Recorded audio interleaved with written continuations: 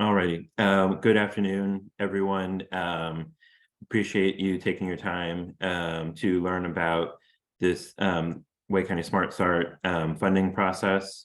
My name is Bryce McClamrock. I'm the manager of the Program Coordination and Evaluation Department at Wake County Smart Start. We have a little bit of a slideshow presentation. I'm going to share my screen.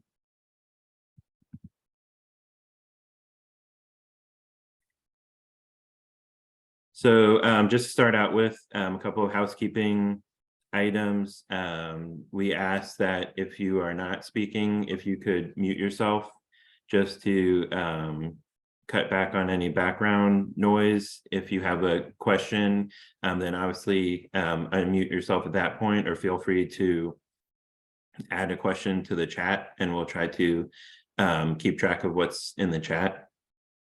We will stop after each slide to answer questions, but also feel free at any point to ask questions. There'll also be time at the end of the presentation to ask questions, but we'll try to include as many spaces and pauses for folks to make sure they get their questions answered, or to clear anything up that that may be unclear.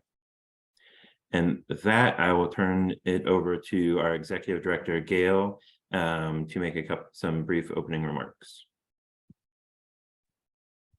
Thank you, Bryce. Good afternoon, everyone. I am Gail Hayden, Executive Director of Wake County Smart Start, and I welcome you to our funding application information session. We're so pleased that you chose to attend. We do understand that you're making a choice with how you spend your time. And so we appreciate you being here this afternoon. At our last funding application session that we hosted 3 years ago, our board had just adopted our new strategic plan that included 3 priority focus areas. And they were advancing racial and ethnic equity, enhancing family engagement and leadership, and improving data-driven decision-making. When we announced that direction, the question was asked of us, what does this mean for applicants and funded partners? And we didn't have a solid answer at that time, because Wake County Smart Start was at the start of that very ambitious journey. Well, in these 3 years, we have matured in our understanding and expression of each of those priorities. And as a result, we conducted a racial equity community assessment, and the message from the community was very clear. And the central theme was that we as an agency were regarded as unapproachable. So what did that look like? That our process is shrouded in mystery, that the language and words we use are not direct, that we expect the community to come to us and we do not go out to the community, that we are not inclusive in our funding, that we fund the same program. So what's the point in applying if you are not a currently funded partner? That appearance conveys that there is not an interest by Wake County Smart Start in serving a broader swath of the community. So we heard that feedback and we have responded with changes. It's not sufficient to simply go listen. The question is, what do you do with what you've heard and what you have learned? When transforming, everything doesn't happen at once, but you do what you can with what you have at that time, and you continue to evolve over time. So what are some of the things that we are doing? We are working to establish relationships that we had not before today's meeting, so that we can invite more persons. We reformed the composition of the allocations committee. The allocations committee is that body that reviews the applications. The folks who were added to the committee represent more grassroots parts of the community. We're really trying to make sure that we are reaching the more fundamental areas of our county. We changed our application questions and streamlined some of the requirements. We shared our funding announcement through more different and new channels. And we named more of the process at the point of the announcement. So we included more information when we sent out the announcement about our funding application. So today you will see more of the changes that we have made reflected in this session. And I encourage you that as we go through this session, because there's going to be a lot of information that is shared, please feel comfortable asking questions. We want to make sure that you have the information that you need to partner with us in this next funding cycle. So with that, I will turn it back over to Bryce.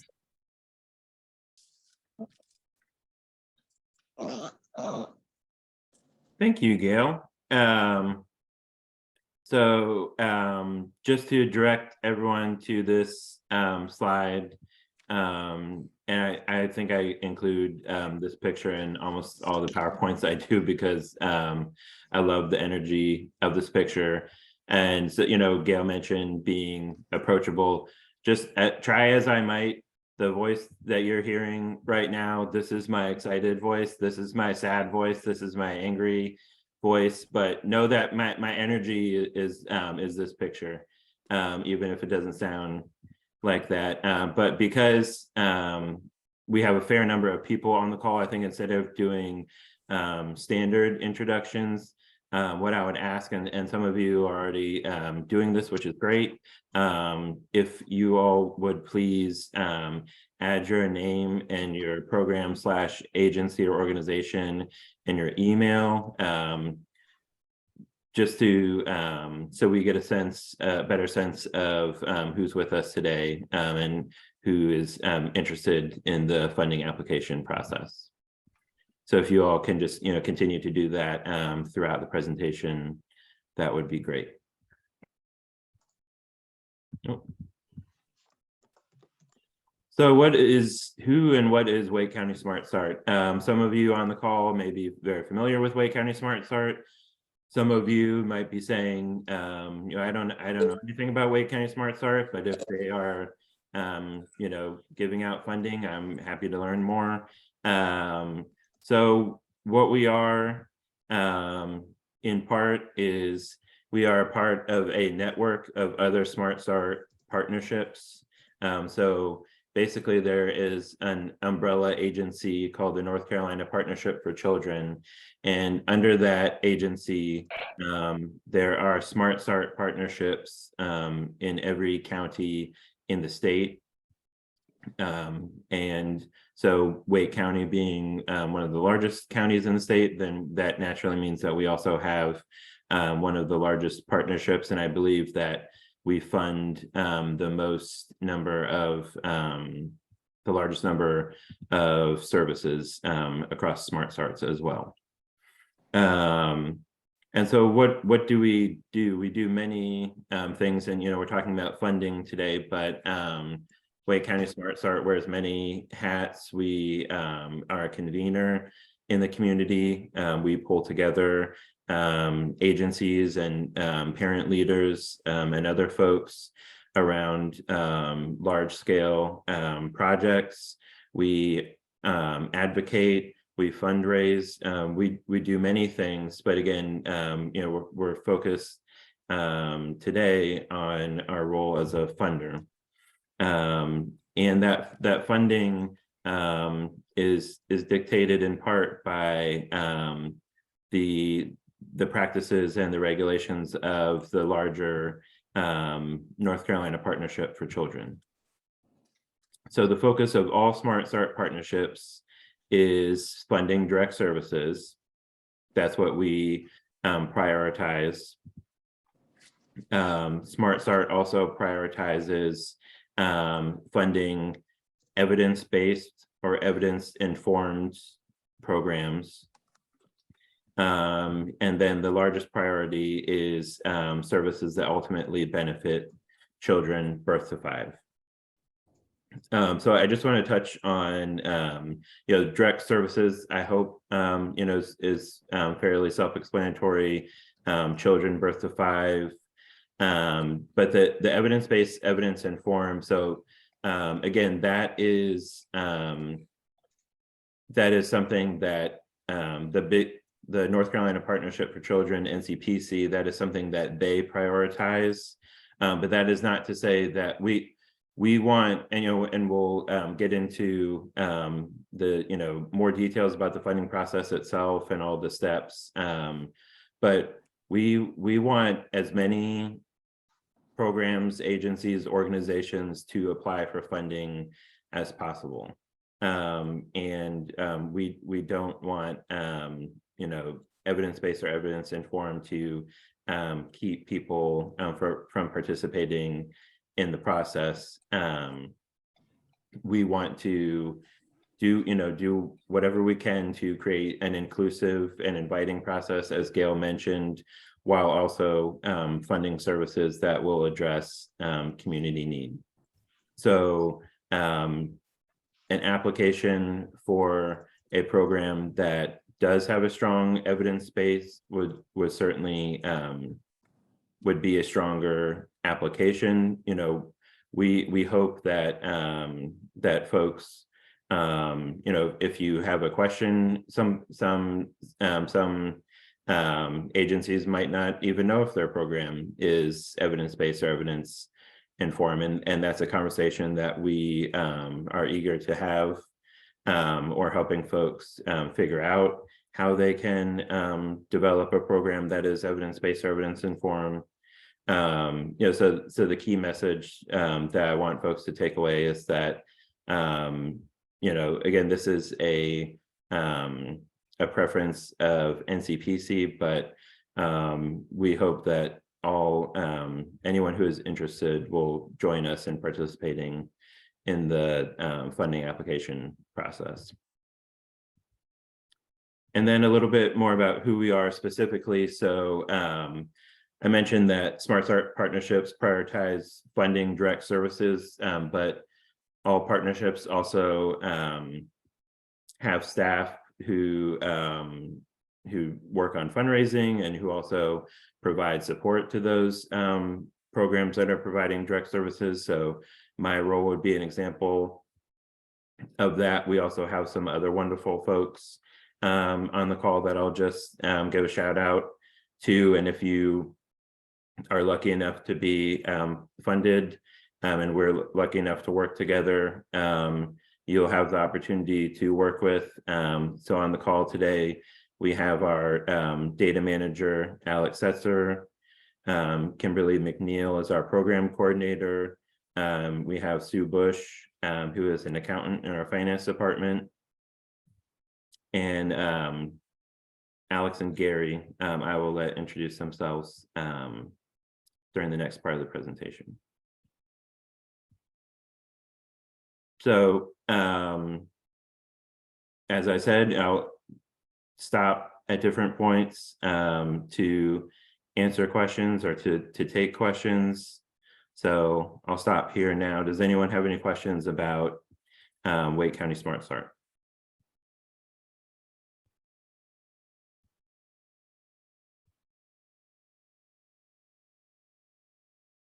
And if you're too shy, feel free to add a question to the chat. Let me not see any questions so far. Okay, I will take that as a sign to continue, but again, please interrupt me at any point.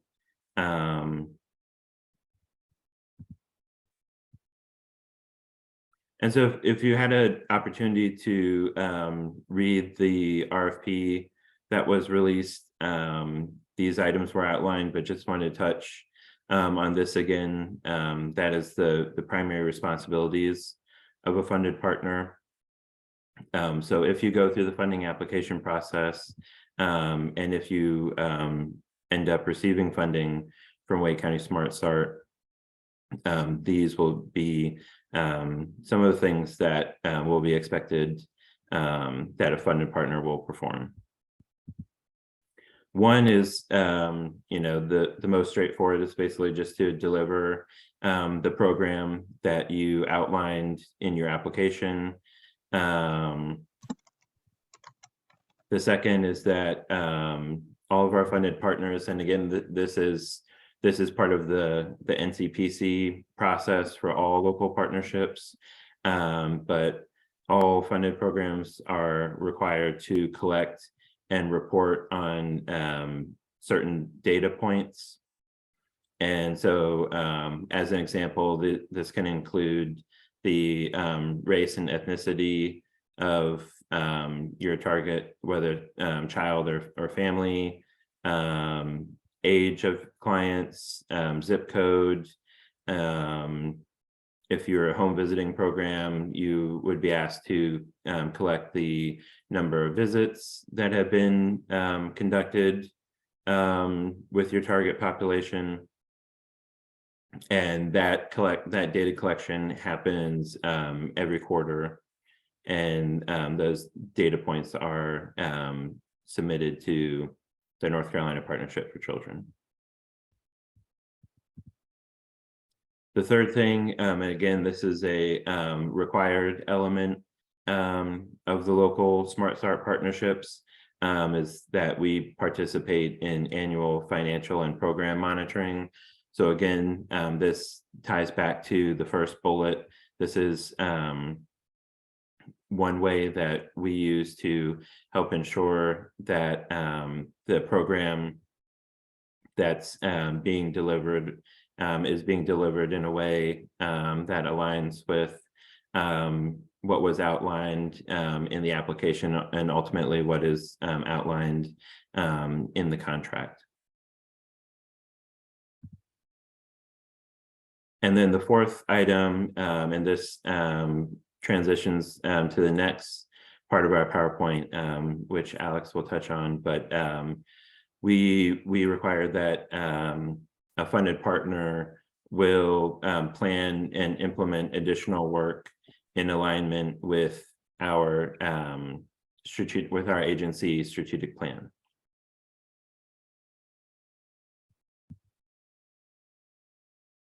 So again, taking a pause here before we talk more about what is outlined in that strategic plan. Does anyone have any questions at this point regarding the responsibilities of a partner?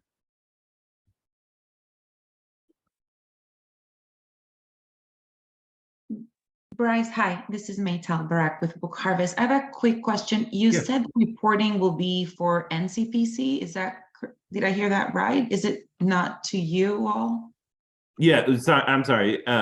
Yes, it is to us. And then there are elements that we report on to NCPC. Thank you. That's a helpful clarification. And Bryce, there's a question in the chat. Oh. What type of additional work? I think it's for the last bullet. Yes. I think that some of that will be covered. Alex, would you agree? Yeah. And I can talk a little bit about it, and then if we still have questions. But Danielle, if you have any additional, if you still have questions after the next part of the presentation, then please ask a question again or reach out for clarification.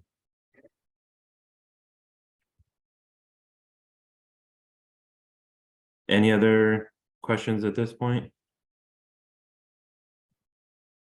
Okay, well, I will turn things over to Alex. Hi, thanks, Bryce. Hi, my name is Alex Levis-Delot. I'm the Director of Strategy and Impact at Wake County Smart Start, and work with our strategic plan and allocations process. And I'm going to just talk a little bit about our new strategic plan and what our work has been moving towards a more equitable funding process Gail gave a little bit of in her introduction, gave a little bit of information. So we just wanted to provide more background in an effort to increase our transparency and let folks know, where we are now, where we're moving towards. So if you can advance the slide, Grace. So as Gail mentioned, our fiscal year 2023 strategic plan named equity as a strategic plan priority, along with data and family engagement and leadership. Next piece. And as again, Gail mentioned, said, we didn't really know where we were going to go with it. So Wake County Smart Start worked with a consultant and with our agency, and then also as part of that work to review our funding process through an equity lens. This review included community feedback, interviews with funded partners and unfunded partners and community members, and they provided recommendations for next steps to move our funding process in a more equitable way.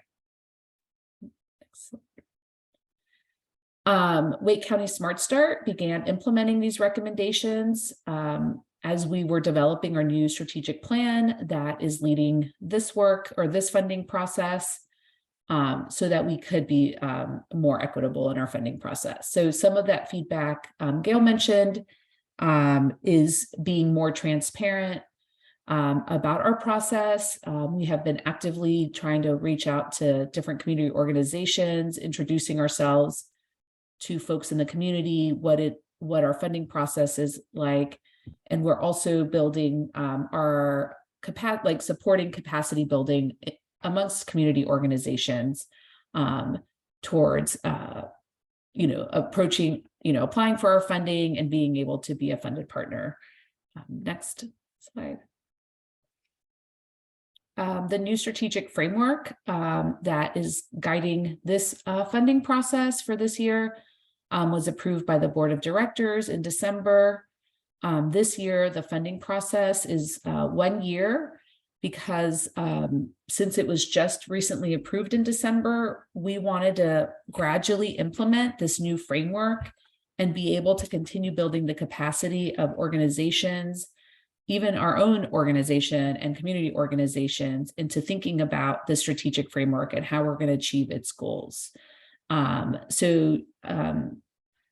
Typically, we do a funding process, it's every 3 years. But for this year, we're going to do a 1-year funding so that folks can really become more familiar with the strategic framework. We can implement that capacity building out in the community and work towards, a shared understanding and shared vision. Before I move on to the next slide, any questions about our strategic plan or framework? It is available on EC Impact, where our Bryce will review that piece at the end, where our application process is hosted.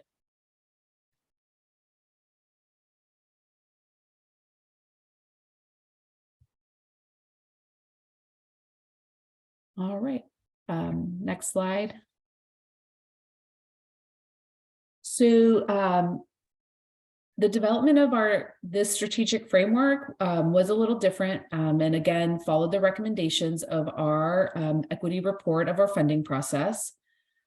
We created a strategic planning committee that was consisted of board members, Wake County Smart Start staff, community partners, and parents. So this in itself was a departure. Previous strategic plans were very much led by staff and then approved by the board, just some key board member and key staff. So we invited community partners and parents to be part of the planning committee and planning process. It was also guided and it was responsive to the lived experiences and needs of Wake County communities. So through this process, with our work with our consultant, they interviewed funded partners, unfunded partners, and community members to gauge the community needs and vision for Wake County for children 0 to 5. And again, as Gail mentioned, As was our last strategic plan, this strategic framework and our approach to the new strategic framework was centered on our priority areas of racial equity, parent engagement and leadership, and data-informed decision-making. Any questions about the development piece? All right. Alex, if I might. Yes, please, Gail. Yeah, I just want to underscore the message that Alex is delivering here. Our strategic plan framework took a lot of time to develop, and it is really a documentation of the objectives and strategies that will enable our agency to transition to program operations that are rooted in equitable practice, family engagement and leadership, and data-informed decision-making. So what this framework is designed to do and is intended to do is to disrupt Wake County Smart Start's standard process with the goal of dismantling existing structures that are upholding a status quo that marginalizes families. So what we really want folks to walk away from this with is understanding that this direction is one where we will be more squarely centering those families that have been marginalized, and we are looking for partners that have that as a shared priority and are doing that work in a culturally affirming way. Thank you, Alex. Thank you, Gail. Sorry, I just want to say one Oh, more thing. sure, absolutely. So first of all, I so appreciate you lifting this work up as a leader in the work that we do. I cannot thank you enough for this framework and for reminding us the importance of this work, especially the testament of acknowledging existing practices that really do a disservice to the families we want to partner with. And so I appreciate that. Just wanted to say that. Thank you so much. Thank you. All right. Yeah. Thank you so much, Gail. So I just here want to walk through one of the goals of the framework.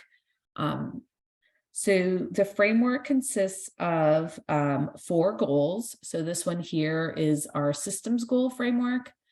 And in the next slide, I'll explain all the 4 goals.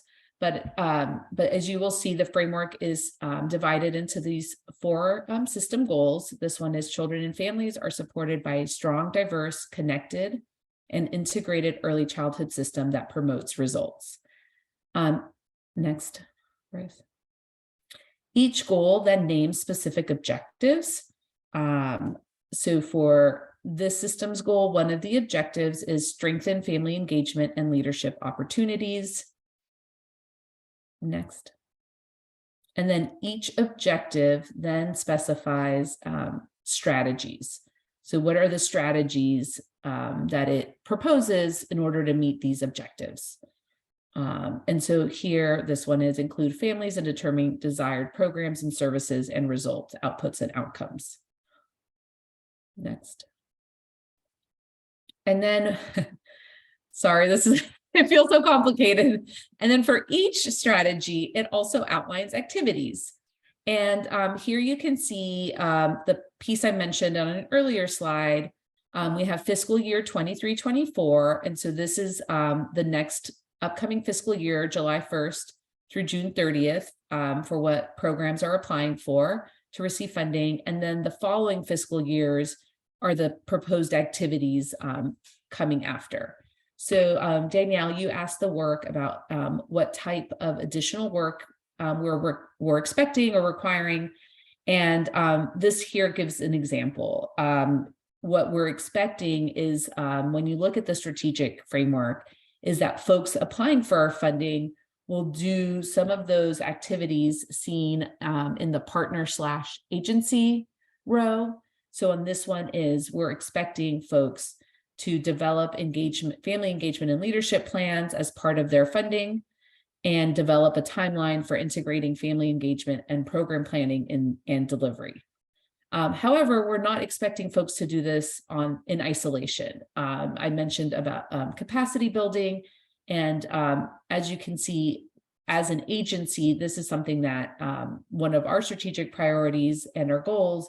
And so we know that we have to support our funded partners and community organizations towards these plans and developing these timelines. So one of our roles will be supporting that through workshops or one-on-one meetings or providing technical assistance.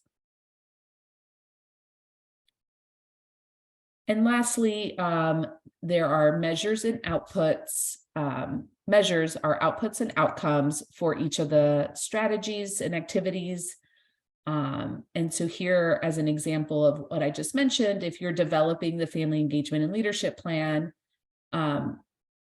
if you continue in our funding, receiving our funding, our goal is that that family engagement plan is updated annually using the lessons learned captured in quarterly reporting, family or community feedback based on their experience in your program or in that funded activity.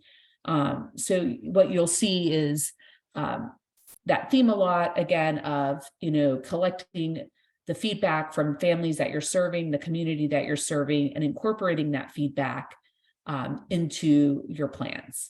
And so in the systems goal, if you had received funding from us previously, you will see our three areas: racial equity, data decision, and family engagement and leadership are incorporated in that systems goal. And we really we're moving towards centering, we're centered around the data, the feedback from families and the community. So really using their lived experiences, their experiences in the community, and how they're experiencing the services you're providing. Gail, before I move on, anything else you would like to add about this? I really loved the last comment that you made, Alex, about centering their family experiences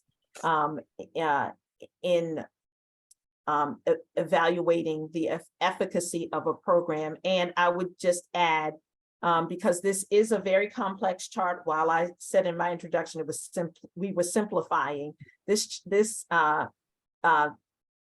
slide is complex. So what I would ask you to do is to direct your attention when you're asking the question, what is that additional work? If you would follow across the partner/agency row, that's the area for you to focus on. We're responsible for all of it, but as a funded partner for you, it would be to focus on the partner/agency row.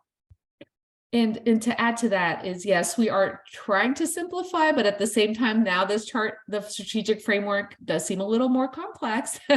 So we invite you to please reach out to Bryce or Kim, our program coordinator. They are happy, excited to meet with folks, walk through it on individual meetings. We want folks to reach out. We welcome questions. We welcome feedback. Something that I have yet to mention about the framework is that we're calling it a framework because we are seeing this as a living document. We know that this has to be flexible, adaptive, innovative, and malleable. And we ourselves are going to be responsive to the community's feedback and our funded partners' feedback as well. So again, I can't emphasize enough to please reach out to Bryce and Kim to schedule a meeting if you want to walk through it and think through how this fits in with what you're hoping to apply for. Next slide. So I just wanted to go over the 4 areas and then I will pass it back to Bryce. So our first goal area is goal 1, children are healthy and developmentally ready for school. And the main objective for that goal is to increase children's access and use of services focused on health and development that are based in culturally affirming and equitable practices. The next goal is goal area number 2, which is a more family-focused goal. children are in safe, supportive home environments, and that main objective is to increase families' access to and use of programs and services supporting the family and home environment that are based in culturally affirming and equitable practices. Goal area number 3 is early care and education focused, and its children are in high quality care that contributes to positive child outcomes. And the main objective is to increase families' access to and use of childcare programs and services that are based in culturally affirming and equitable practices. And then our last goal, but on our framework is seen as the first goal, is our systems goal.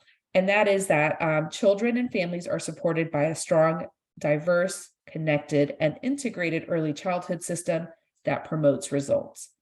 This goal has 5 objectives. As I mentioned earlier, it contains our strategic priorities from our last plan. So one objective is to strengthen family engagement and leadership opportunities. The next is to increase cross-program and agency collaboration to support efficient and effective services. Another is to increase the use of data for decision-making and continuous program improvement. And another piece of our framework is that at the end, you will see and you will find working definitions of a lot of the words I just mentioned. And you'll see for the definition for data, we're not just thinking numbers. Data is inclusive of the lived experiences, interview qualitative data as well. We want folks to collect the data that's most meaningful to their program and the communities they serve. So I encourage folks to look back on those working definitions and to kind of see what our strategic planning committee developed for some of those definitions, but really trying to be inclusive of those lived experiences, different ways of collecting and getting information from our families and communities. Bryce, you unmuted. Did you want to say something? No, I was just getting ready for the next part. All right, and I have 2 more. The 4th objective is advancing racial equity. Again, you will find the definition, the working definition for racial equity. And then the last objective is creating a trusted framework to work with community organizations. And Bryce and I will open it up to questions and about anything up until this point, or any questions you may have.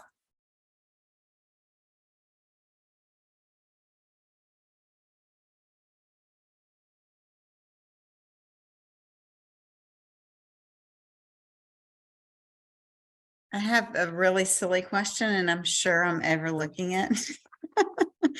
But I still cannot find when it actually goes live, and I don't see it in EC Impact Live unless I'm totally overlooking something. You're talking about the application itself? Uh-huh. That we'll touch on that in the next slide. Okay, well, I'm ahead of the game, so good. No, it's perfect. You're teaming me up. And I think my other questions are so Safe Child specific. I'll spare everybody in the call and reach out to you, Bryce. Sure, happy to.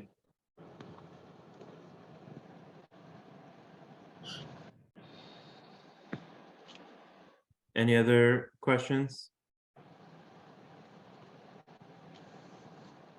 Checking the chat. I don't see anything. Bryce, if I might ask for the folks who have joined a little later to please put their information in the chat. Can you tell them what information we'd like for them to include? Yes, thank you, Gail, for that reminder.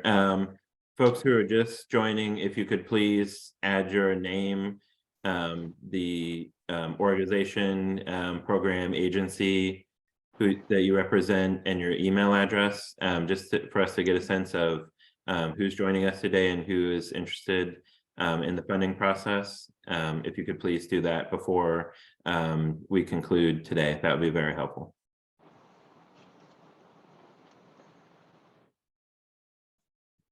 Any other questions? All right, so then at this point, we will dive back into the actual funding process. So for anyone who is new to this process or new to Wake County Smart Start, Our funding application process for the past several years has been completed online through an online portal called EC Impact. And a link to the portal, to the site, will be sent when the application goes live.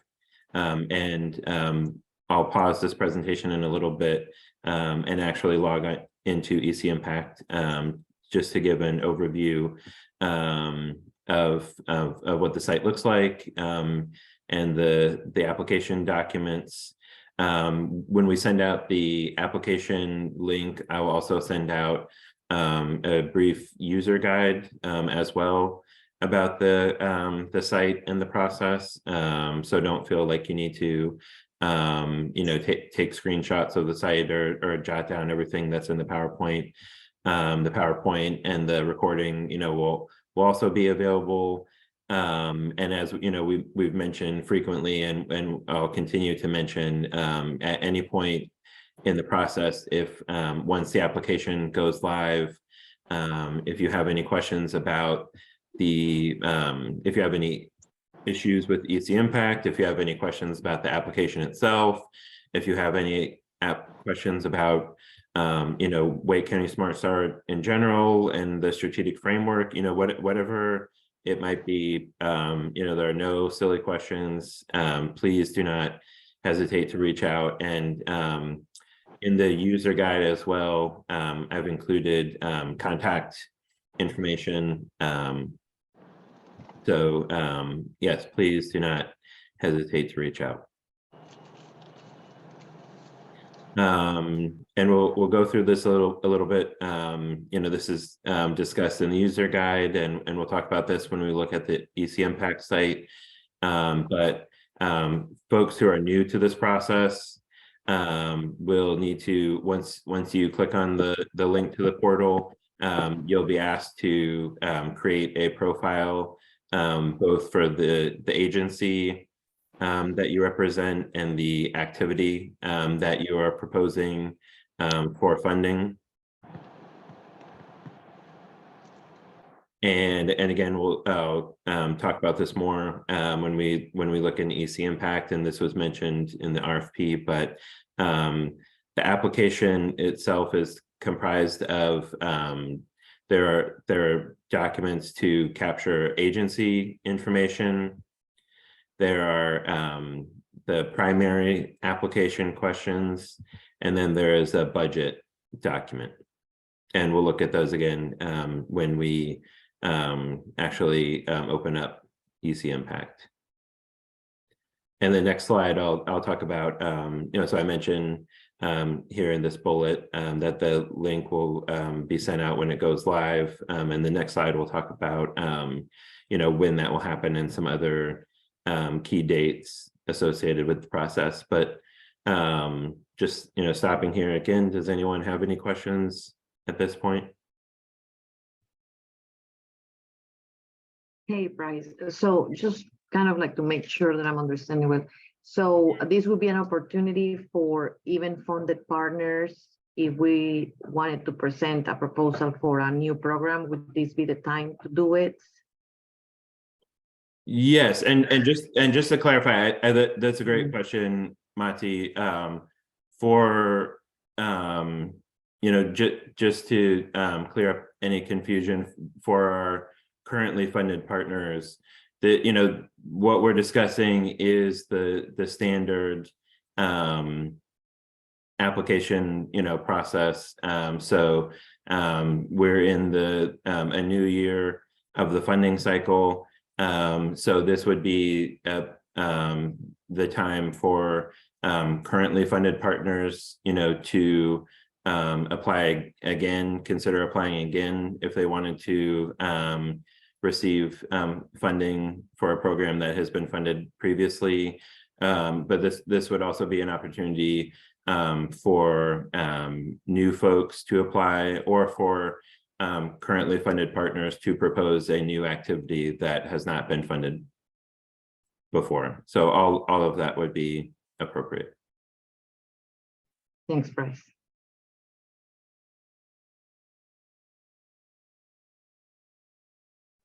Okay, so I mentioned some key dates associated with the process. So the link to the EC Impact site and the user guide will be sent out this coming Monday, January 30th. That is when the application will go live and people can begin working in the online portal.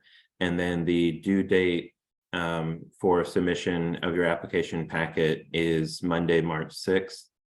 So actually we say Monday, March 6th by 5 p.m. And actually the system will automatically sort of lock out at 5 p.m. on March 6th. So we won't be able to accept any applications that are submitted after 5 p.m. on March 6th. And then after that, we have an allocations committee. The allocations committee is a subcommittee of our board made up of a diverse membership of board members and community partners who review all of the submitted proposals. And then they will make funding recommendations based on their review. And then the funding recommendations will ultimately go before our board in late April. And then award notices will go out to folks who have submitted applications in early May.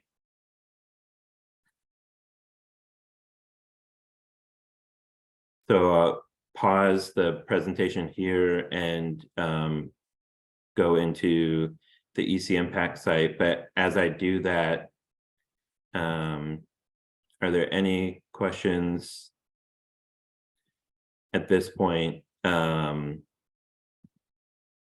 regarding the key dates or anything else that has been discussed?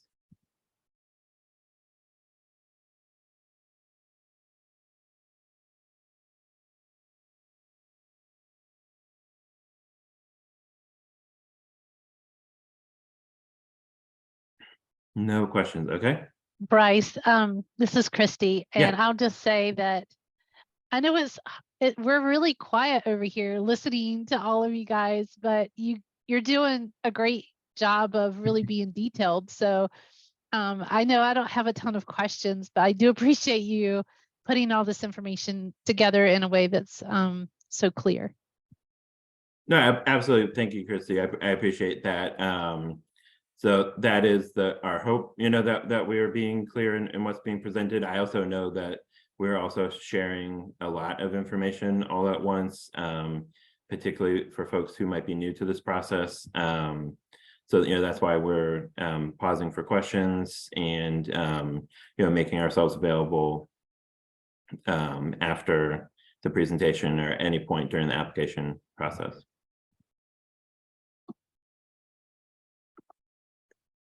I do have one more question.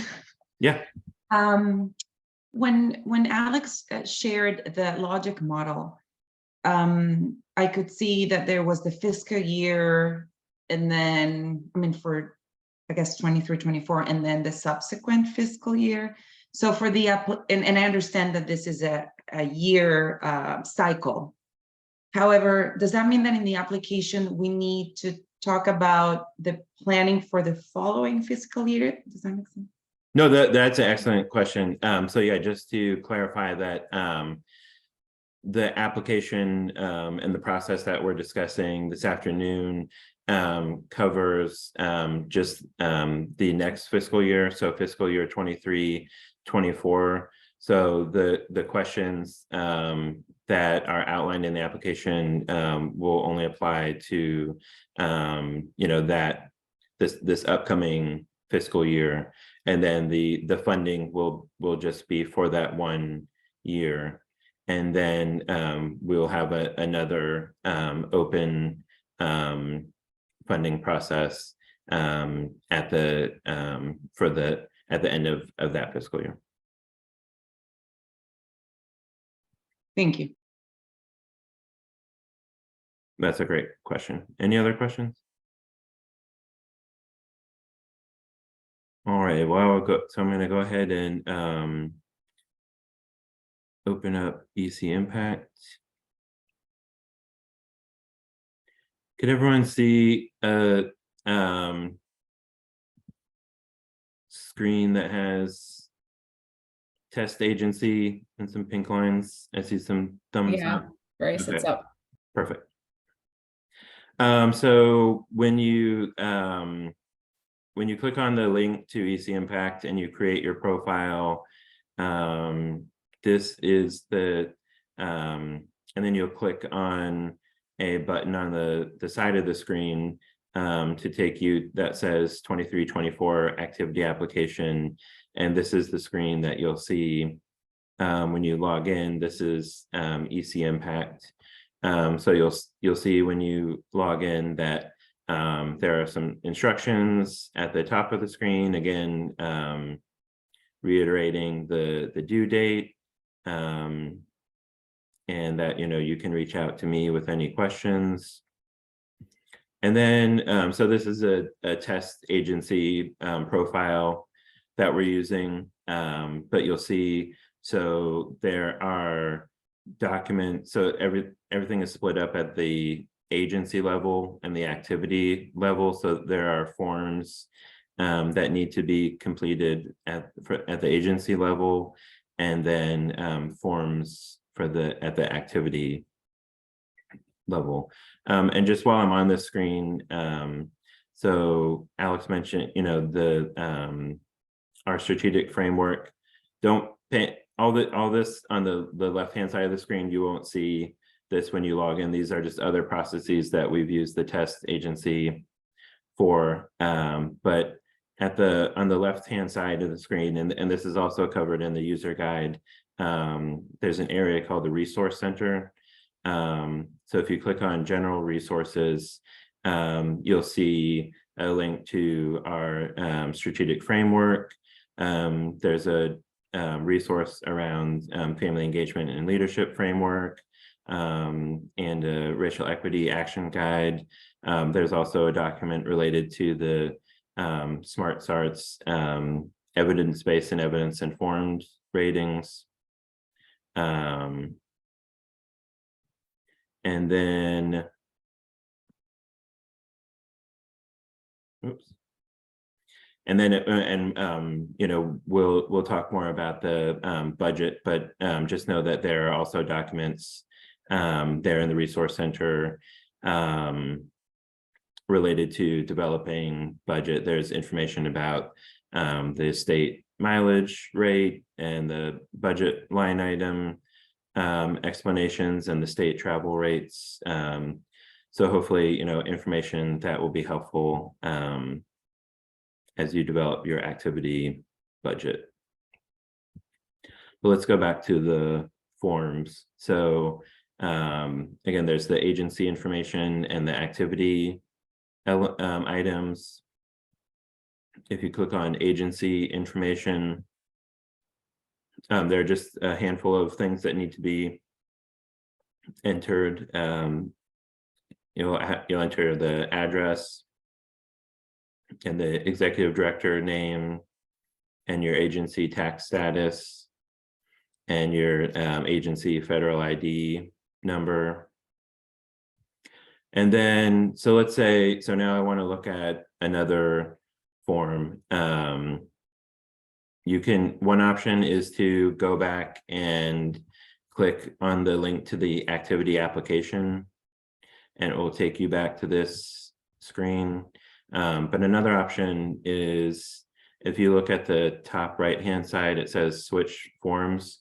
So if you click on that, it will also pull up all the forms. So let's look at agency attachments. So the other agency information that we asked for a copy of your board of directors list. And we also asked for a recent audit. And then Gary will talk more about the cost allocation. Bryce, there's a question in the chat. Okay. And it's in the past, you have had to fill out 2 applications if you're asking for funding for 2 different programs. Is that still the case? Yes, that is still the case. And Shannon, that's a great question. So actually, if you see in this example, let's go back to the last page. This is actually an example of what it would look like if you were applying for with 2 different activities. So you see the agency here, and then this is the first activity, and this is the second activity. And you would set all that up when you create your profile in EC Impact. It will have you list you know, the number of activities and the names of those activities, so that when you log into this screen, those, you know, however many activities will appear, and each activity has its own application and budget.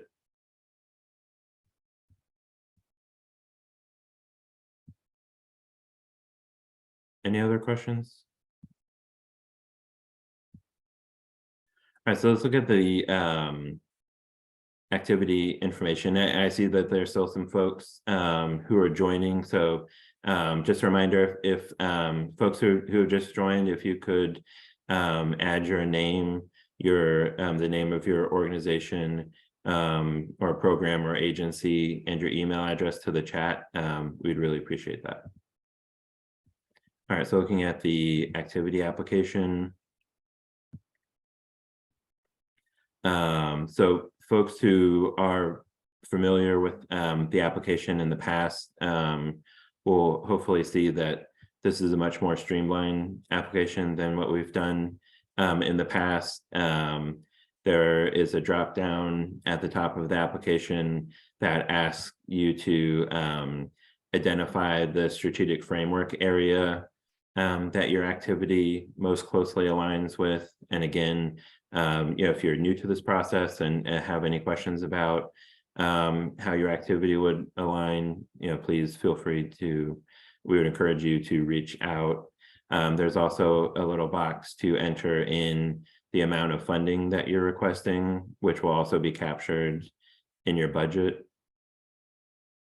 And then we included the questions in the RFP document, but just to go over them again, you know, these questions really make up the bulk of the activity application. So there's a question here about describing the program model and how you know that it works. There's the second question focuses on describing how the program will be delivered to the community and to your target population. The third question, so now in this third question, we're starting to touch more on the strategic framework priority areas. So this third question asks how the program will advance racial equity or address racism. The fourth question asks how the program plans to engage family leaders. The fifth question asks how the program will target services, and also how you know, how this would be informed by the use of surveys or data. And then the sixth question asks how progress or impact would be measured for the program. And then the seventh question asks who,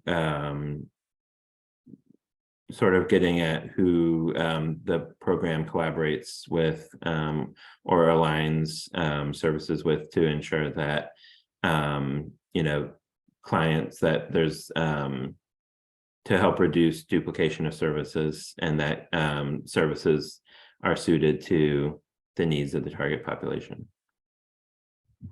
And then, so these 7 questions will be the questions that are scored at a scale of 1 to 10 by our allocations committee.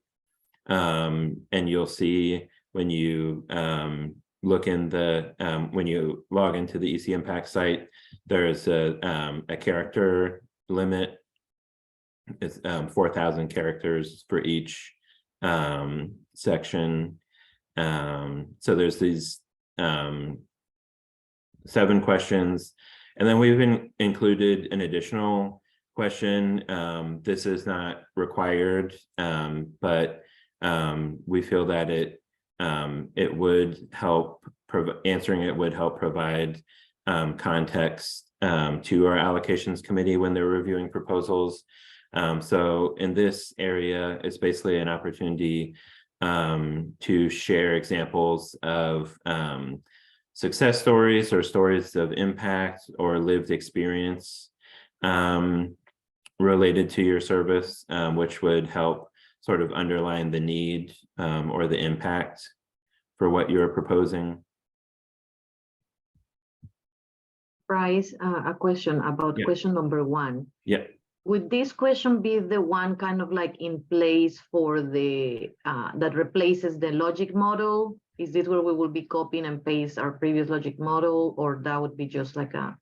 No, that's a good question. So yeah, I mentioned that we tried to develop a more streamlined application in this cycle, and so we're no longer requiring a logic model. So there could be things in how you respond to this question that might overlap with what you've included in a logic model in the past, but this would be more, this wouldn't be this doesn't replace the logic model. Okay, that's great news. Thank you. This would, yeah, basically just be like a paragraph, like, and not the actual lot. You wouldn't want to paste your The whole thing. Yeah. Okay, got it. Thank you.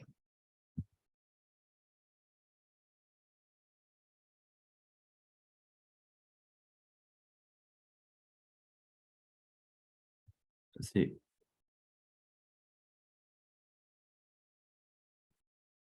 Just checking the chat. Any other questions about the this part of the application? Yeah, on the lived experience or success stories, you could use several, and you would just maybe use the first name of a person, a family, or? Yes, yeah, that's a great question. Yeah, we certainly wouldn't want any sort of like identifying information. If a first name is help, you want to include, I think that's fine. Or if you want to make up a name, then that's fine too. Thank you, Bryce. Okay, and so I see in the chat, Shannon's asking, do you have guidelines for an appropriate amount to request? I think Gary will I'll pass that, or I'll see if Gary can address that in his part of the presentation when we talk about the budget. But please, circle back if that's something that hasn't been addressed. Any questions about this part of the application questions?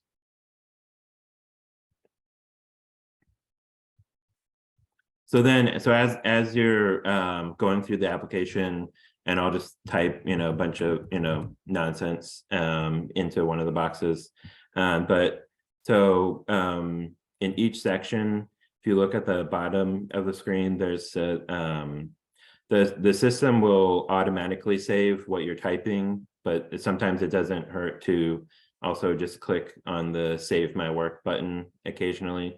There's also an option so you can save your work and then continue working in the application. You can also click the Save My Work and return to the previous page, which will send you back to the page with the activity and the agency information. But when you're at a point where you feel like you've entered everything that you need to, and you've addressed each of the questions, there's an option to, there's a button that says save my work and mark as completed.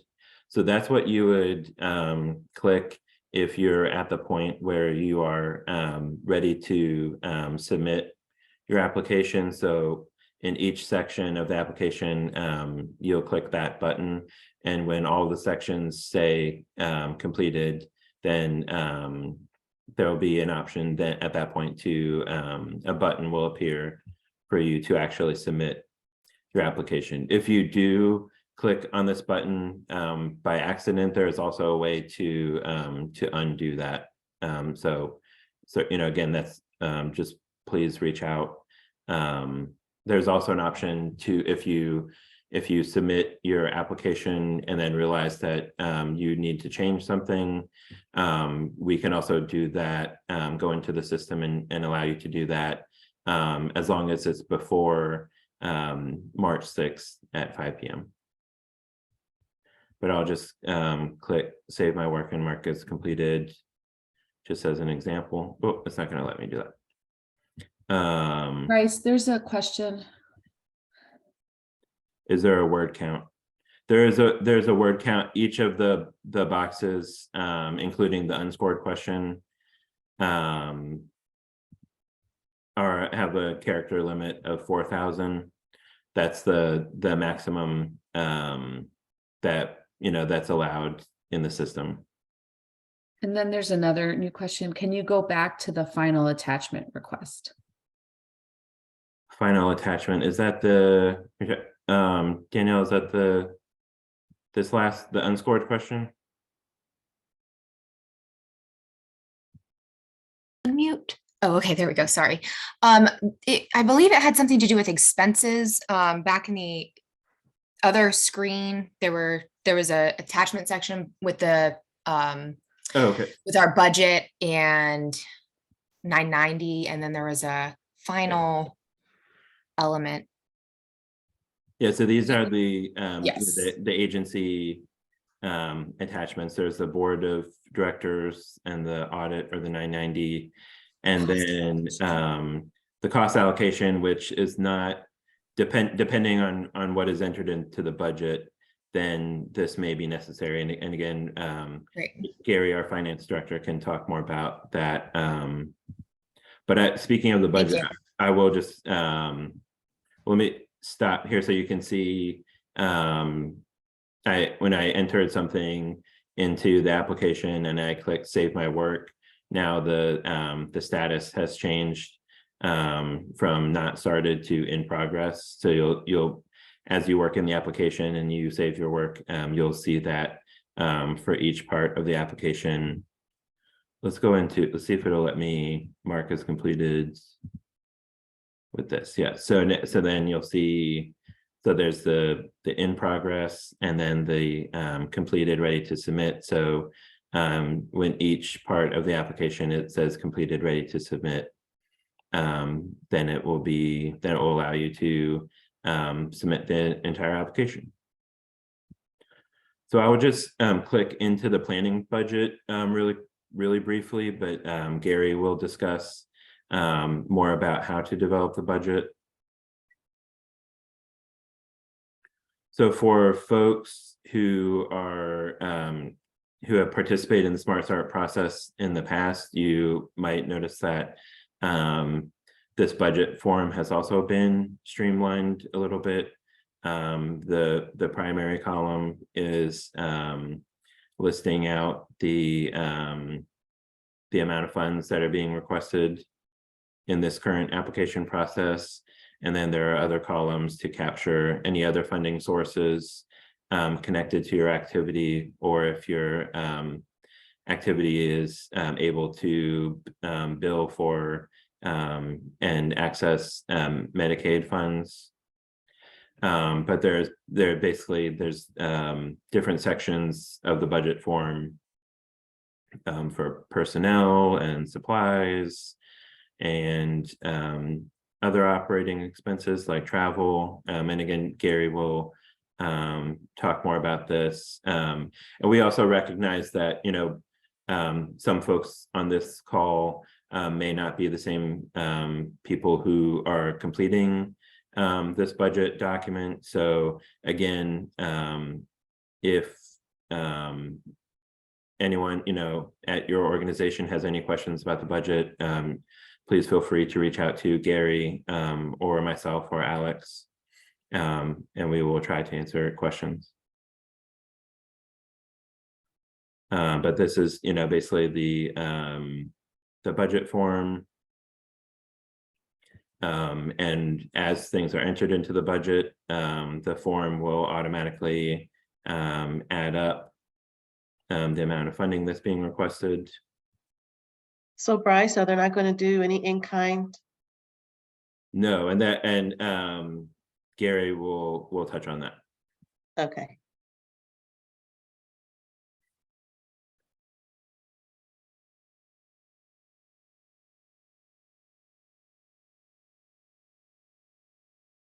And then there's a section here for activity attachments. So we actually don't they're really the primary part of the application are the questions themselves. We don't allow attachments to be added. But there's no way to remove this section. So basically you will just you can automatically click save my work and mark as completed in this section, because there are no additional attachments besides the ones related to the agency information. All right, so I'm gonna go back to the presentation for Gary to discuss the budget development. As I'm doing that, are there any questions?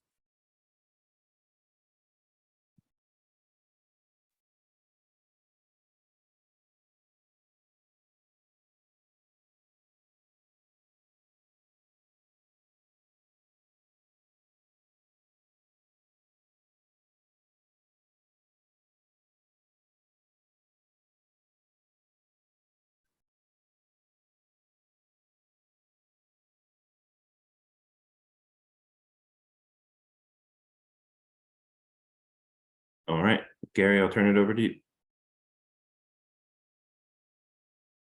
Okay, thanks, Bryce. Good afternoon, everyone. And thank you for joining this session this afternoon. And I'm just going to go over a couple of things about the budget form that's contained into EC Impact.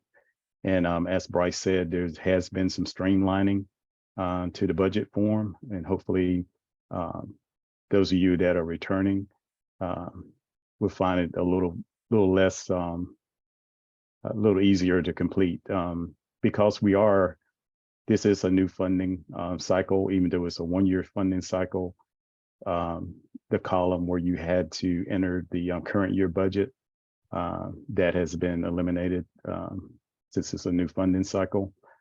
And also one major item is that we eliminated the requirement for the match. In the past, we required that you budget for a 19% match of your Smart Start funding request. Last year, we were able to meet, or this current year, not last year, we were able to meet the match because we received funding for the county for our NC Pre-K program and a Wake 3 school program.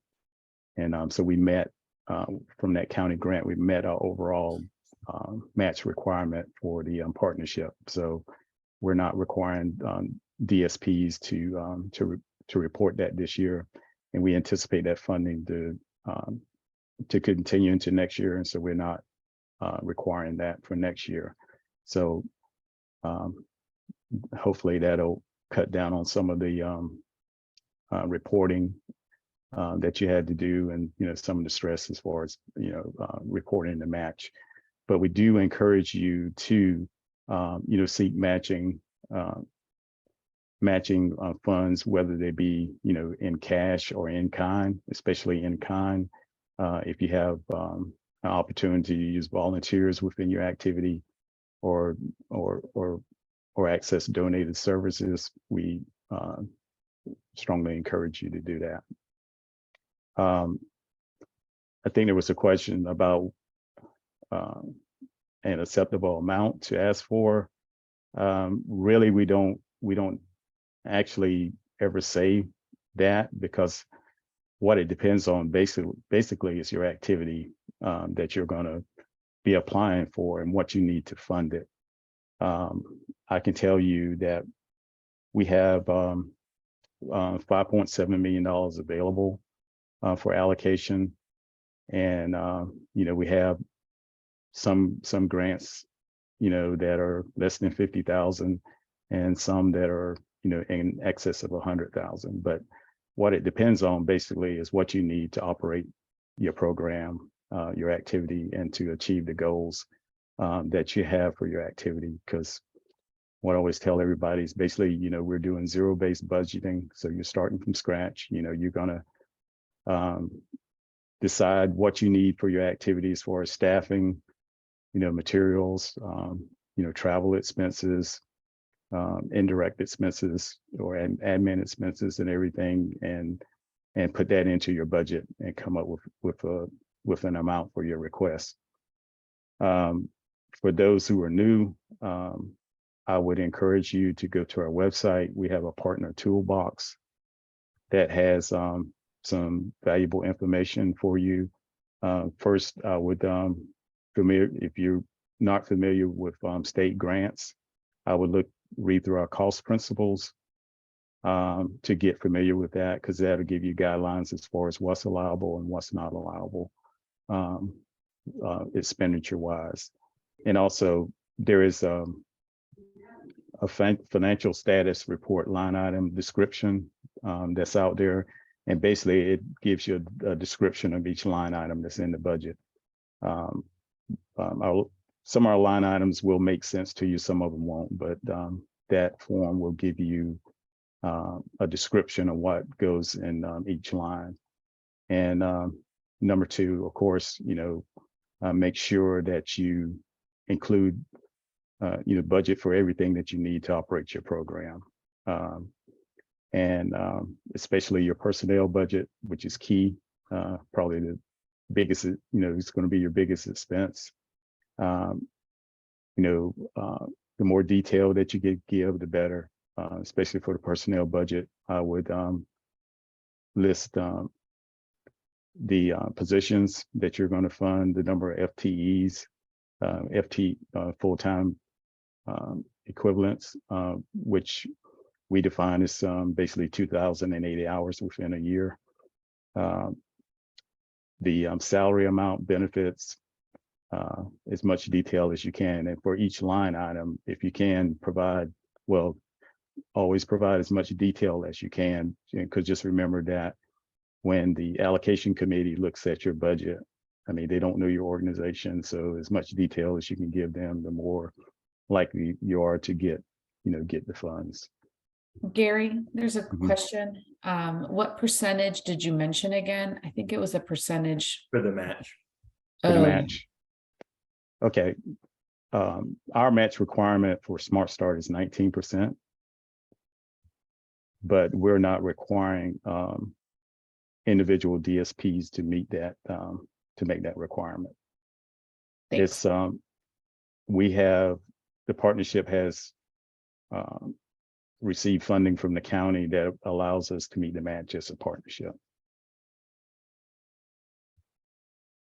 And DSPs is our funded partners. That's the Smart Start lingo that you'll learn if you're lucky enough to be, if we're lucky enough to work with you in Smart Start funding.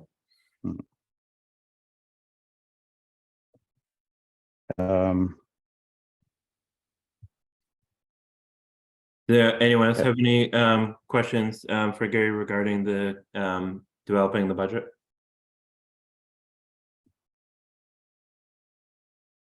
I do have one more question. Okay. If we were to submit for example, a program and ask for $5,000 for the program, do you only support it and accept it at the 5,000, or is there a chance that you would fund it at less than what was requested? Does that make sense? Yeah, that makes sense. I mean, Okay. what happens is, as we go through the allocation committee, will review and staff will review the proposal and make a decision. Number one, if the activity is going to be funded, and number two, at what level. I mean, of course, we won't fund it for more than you asked for, Yeah. but it could be that amount or it could be less. Okay, thank you. But if it is less, when we send out the award, we will send you a line item budget and basically give you our rationale for not funding a particular line. Okay, Mhm. thank you. Did you see that question, Bryce? Yeah, there's a question in the chat from Michelle. Do we include incentives in the budget? When you incentives can be included, what happens with that is if you're going to do it, you need to put a clear description of what the incentives are going to be used for and how they're going to support the program. That's a great question. Thank you, Michelle. Thank you. I think there was also a mention of rewarding parents' leadership. Is that going along in line of incentives, or is this something different, a category that you would put that in? That would go, that would be classified as an incentive. I mean, what we usually see is incentives for, parents to, participate in the program, attend meetings, maybe incentives for, reimbursing transportation if they need transportation to get to different events within the activity. But if you, again, you have to make a clear case for it, and it has to make sense for what you're doing within the activity. And it's gift And just cards. to piggyback on that, so Gary outlined, what we previously thought of as incentives, but based on what Alex outlined in the new strategic framework and with the focus on family engagement and leadership, we would also expect that there would be additional or incentives will be expanded to include things like reimbursing parents for participating in a survey or a focus group, or reimbursing parents for their time participating on a in a board meeting or a leadership committee, so that and again, we will work with partners to outline more what that would look like, and how to make sure that's captured in the budget. Thank you. Did I cut you off? Did you have another question? Was there a question about gift cards? I thought I heard. Yeah, I was just thinking the gift cards could be included in that, I guess, for, or not, for, I guess, transportation, or would it have to be a check made out for reimbursement for? Yeah, if it was for that, it would have to be specifically for the transportation.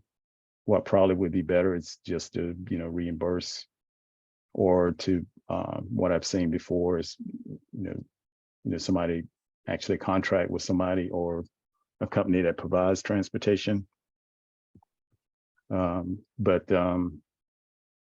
there are some, if you are going to do that, I would encourage you to either call me or Sue Bush about that, and let's talk about it, because there are some specific requirements that's in the cost principles around gift cards.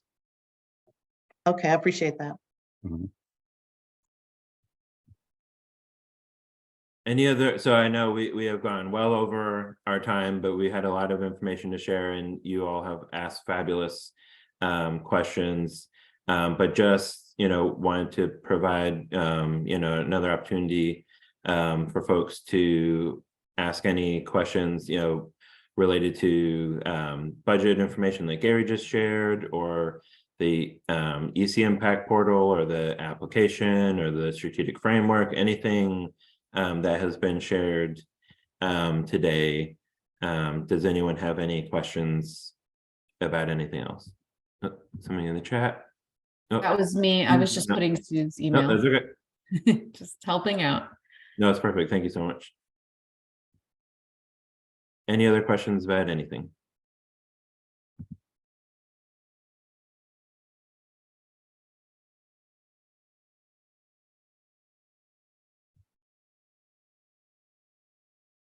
Okay. Well. Sorry, Bryce. Yes, just That's okay. when will it be live? When will the application be live? The application will go live on Monday, Okay, thanks. and I'll be sending out the link to that and the user guide. Well, again, I know we shared a lot of information for folks, particularly who are new to Wake County Smart Start or new to the process. There's a lot about EC Impact, in particular, that may be confusing until you actually get into the system and work through the application questions. So, just want to mention again that we encourage you all, and we're certainly open and available to answer questions or be available for an in-person or virtual meeting at any point in the process. There are no questions, big or small, whatever the issue or the concern is, please don't hesitate to reach out. We want everyone to feel like they have all the information they need to be successful in the funding application process, and to actually complete the application.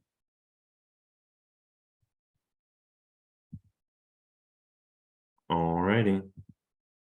Well, thank you all again for joining us this afternoon. Hope you enjoy the rest of the day, and again, look out for an email from me on Monday with the link to the EC Impact portal and the EC Impact user guide. And I just want to thank you all again for joining us. Thank you. Thank you. Thank you so much. Bye. Take care.